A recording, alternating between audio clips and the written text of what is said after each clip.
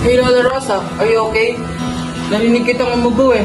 Ako, hindi kasi matigil ang aking pag-ubo kaya gumawa ako ng ginger tea para makatulong ito sa pagbaling ko. Sabi nga balitaan ko, maganda daw yung ginger tea. Nakakatulong siya sa ubo. Nawawala niya ang mga plema. Naglagay ka ba ng honey? Oo, para mayroon siyang tamis. That's good. Alam mo ba Lola Rosa, sabi sa amin sa school, ang ginger ay nakakatulong sa anti-inflammatory and antimicrobial effects. Pero kapag yung ubo mo ay tumagal na ng ibang araw, pwede ka na magkaroon ng nerve knot. Kaya pwede ka na, dapat magpa-check up ka na. Okay ako. Okay. That was hard. But you're right. What if it's more than just a common cough? Yes, exactly Lola. Let's sip this now, rest, and if you're still coming by tomorrow, I will walk to you to the health center. Is that okay? Deal! I like having my Luya and my nursing student looking out for me. Yeah, natural care is good, but guided care is better. Luya tea is a time-honored cup remedy in Filipino homes. As nursing students, our role is to respect this tradition while ensuring timely medical attention when needed. Balance tradition with modern care for the best health outcomes.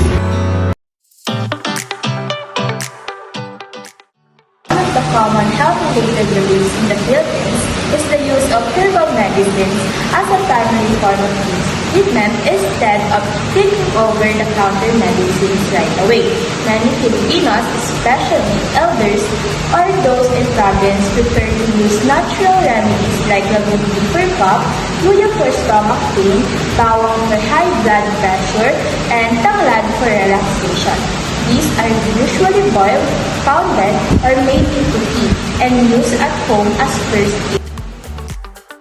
This practice has been around for generations. It started before modern hospitals became available. Many of our lolas and lolos believe in the healing of power of nature, and this belief has been passed down. Even now, a lot of rural areas still rely on plants from their backyard to treat everyday illnesses. It is cheaper, accessible, and based on their experience, it works so they stick to it. While some herbal medicines do have real benefits, using them without proper knowledge or depending only on them can be risky. For example, labundi is helpful for mild coughs, but if someone has asthma or a respiratory infection, herbal teas won't be enough.